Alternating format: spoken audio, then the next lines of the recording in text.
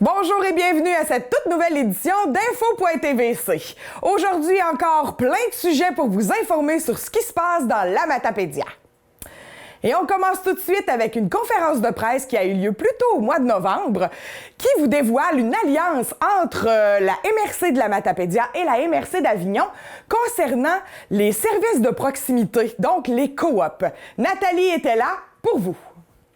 Je pense qu'aujourd'hui, c'est un moment important pour nos coopératives alimentaires. Je pense que dans la Matapédia, c'est un service de proximité qui est en effervescence. C'est quelque chose aussi que dans nos milieux, quand on parle de développement de nos territoires, quand on parle de développement local aussi, les services de proximité, c'est une importance capitale pour nos communautés. Fait que les services alimentaires, tout le monde a besoin de manger. Fait que le fait de se regrouper, de travailler ensemble, de discuter ensemble de toutes les différentes, je dirais, sphères de ce travail-là, donc autant les bons coups que les moins bons coups, ça permet un partage puis une énergie nouvelle aussi pour nos gens, puis de dire, on se sent moins seul à vivre ces dynamiques-là ou ces problématiques-là chez nous. Fait que les bons coups, on est toujours content d'en parler puis d'en faire partager les autres. Puis les moins bons coups, souvent, on a d'autres idées qui sortent, il y a d'autres, nos collègues peuvent nous apporter des pistes de solutions qu'on n'a peut-être pas envisagées quand on est dans nos petites gestions plus locales. Fait que je pense que c'est une belle initiative. Moi, je félicite tout le monde qui est partenaire là-dedans, les partenaires, mais aussi les coops, évidemment, qui sont au cœur de ce projet-là. Il me fait plaisir, à titre de directrice générale de la Caisse, d'être présente aujourd'hui pour féliciter l'ensemble des personnes qui ont contribué à ce projet collectif. Dès le départ, la Caisse a cru en ce projet coopératif et a contribué financièrement. Au-delà des chiffres, nous avons vu en ce projet des gens qui partagent les mêmes valeurs que nous. Grâce à l'intercoopération, à la solidarité des gens d'ici, nos coopératives d'alimentation et de proximité ont pu se concerter, trouver des solutions à certaines de leurs problématiques et même développer de nouveaux services répondant aux besoins de leurs membres. Nous sommes fiers d'avoir été votre partenaire avec de pareils résultats. D'ailleurs, en plus de notre implication dans ce projet pilote, Desjardins a aussi contribué financièrement aux projets d'amélioration qui ont émané de votre table de concertation, notamment à Saint-Vianney, Saint-Arcius, Saint-André et Sainte-Marguerite. Je suis heureuse de vous annoncer également que notre conseil d'administration a déjà confirmé sa volonté de vous appuyer dans une éventuelle phase 2 de notre projet. Nous croyons en votre potentiel et nous souhaitons vous aider dans votre développement. Merci de travailler fort et de faire rayonner notre coopérative aux quatre coins de notre belle région. Ensemble, démontrons à toute la population matapédienne que la coopération est la solution à une occupation dynamique de notre beau territoire.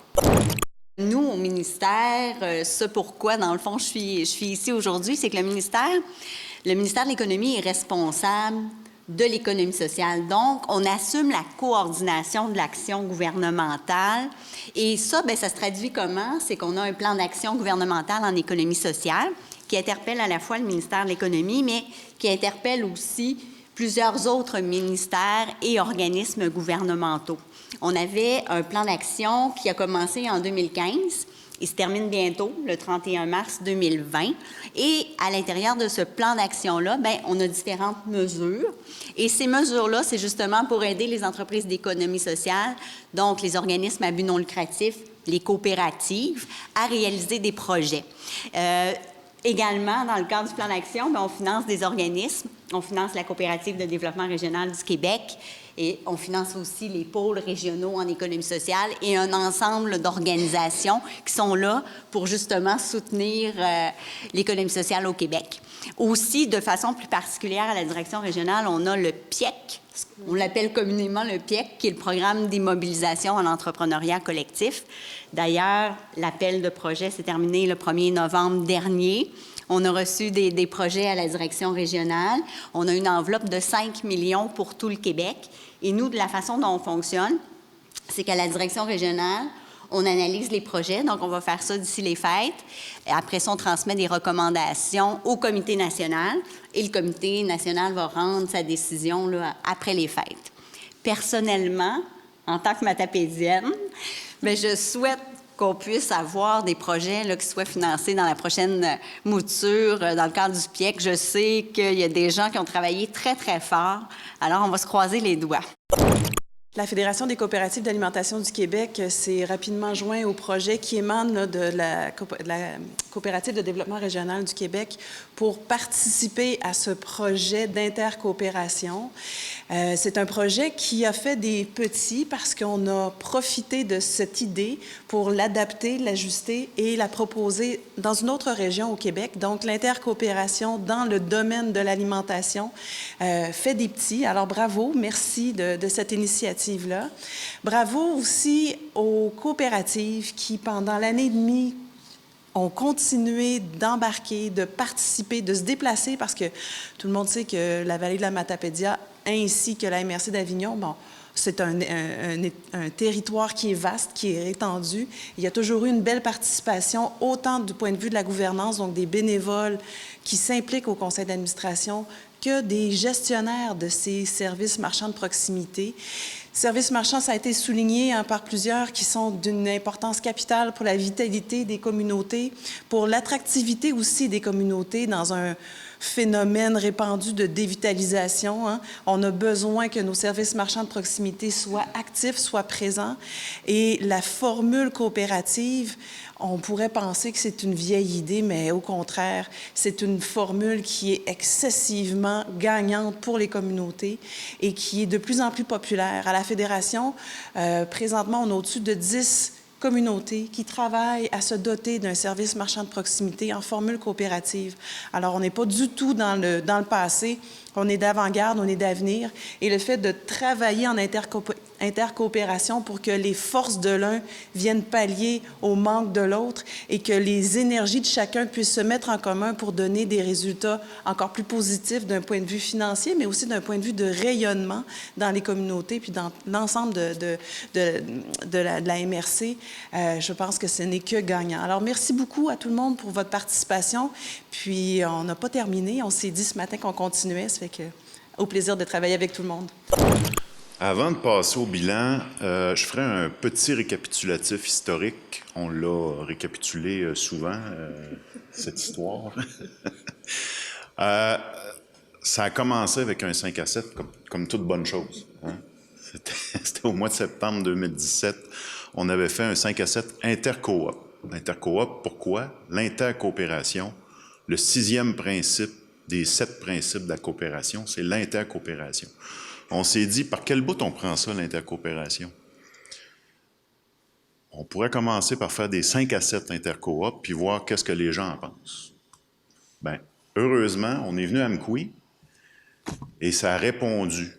C'est les coops d'alimentation qui se sont présentés à ce moment-là, de la MRC de la Matapédia, et ça a répondu présent. Puis en plus, il y avait une espèce d'historique de concertation de ces coops-là ici, qui a amené cet intérêt de se revoir et de continuer cette concertation-là. Donc, à partir de ce moment-là, on s'est mis à travailler en collaboration avec la MRC et la Caisse pour voir qu'est-ce qu'on pourrait faire pour repartir cette concertation-là, puis amener les coops à se rencontrer, à se sortir de l'isolement et à trouver des solutions aux problèmes qu'ils vivaient. Donc, coup d'envoi en janvier 2018. Le lendemain, on rencontrait toutes les coops de la Matapédia. Puis là, il faut toujours se rappeler que le secteur ici, géographique de la Matapédia et MRC d'Avignon, c'est la plus grande concentration au Québec de coopératives, de services marchands de proximité. On ne trouve pas ça nulle part ailleurs. Donc, à partir de cet état de fait, on se dit, il y a vraiment un potentiel de les faire cheminer ensemble dans un projet commun. Il fallait commencer par mettre la table, donc on a mis la table à Sainte-Irène, la première rencontre, on a présenté le potentiel de ce projet-là et on s'est assis avec les partenaires financiers, on a signé l'entente officiellement pour pouvoir démarrer. Mais ça prenait un engagement de chacune des coops individuellement de participer minimalement aux rencontres de façon active. Ce qui a été fait, les coops ont rempli leur contrat de participation à cet engagement-là.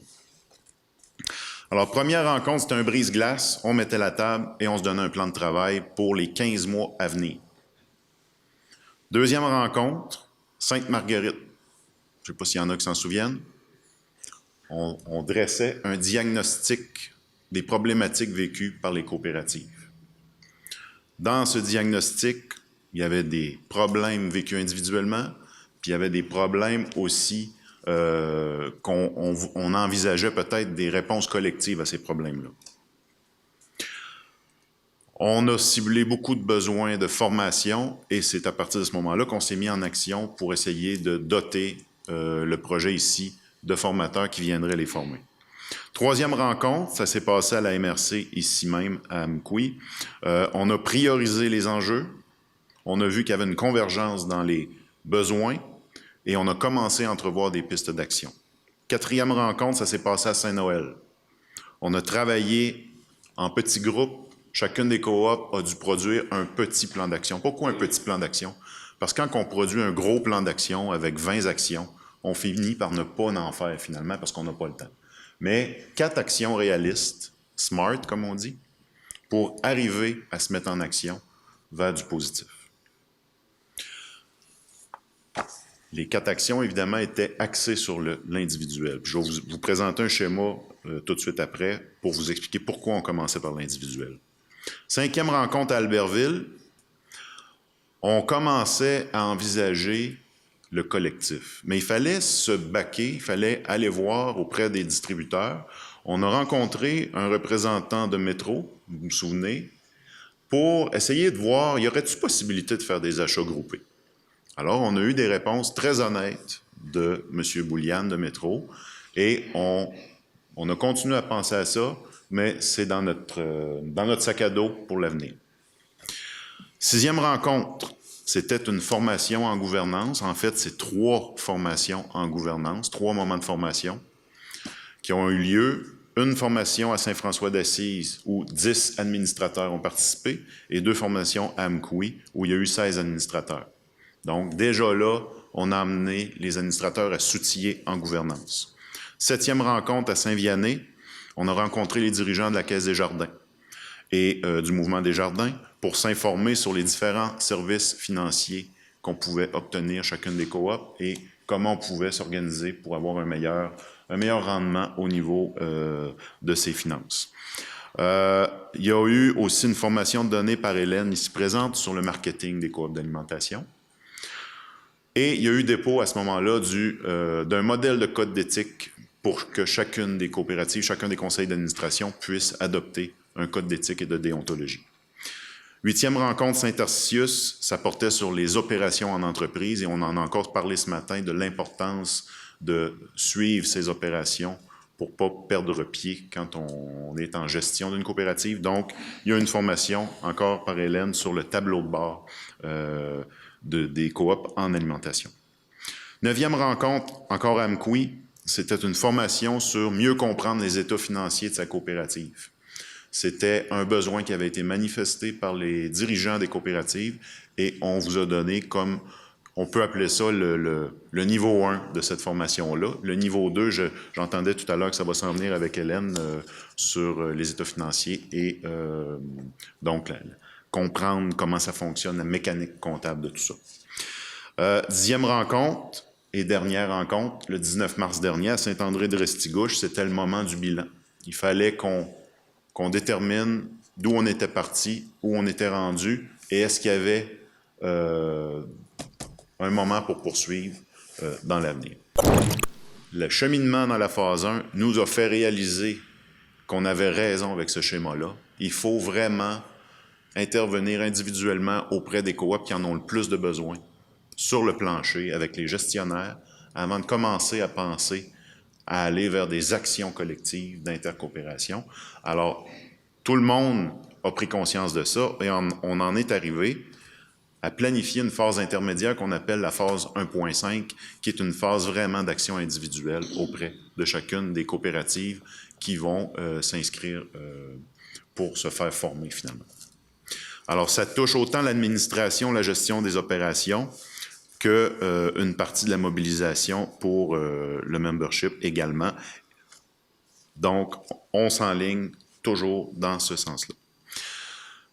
Ça m'amène aussi à vous dire que le niveau d'engagement des partenaires, autant des coopératives que des partenaires, était exemplaire dans ce projet-là. Et on a obtenu vraiment ce qu'on voulait et ce qu'on cherchait pour répondre aux besoins.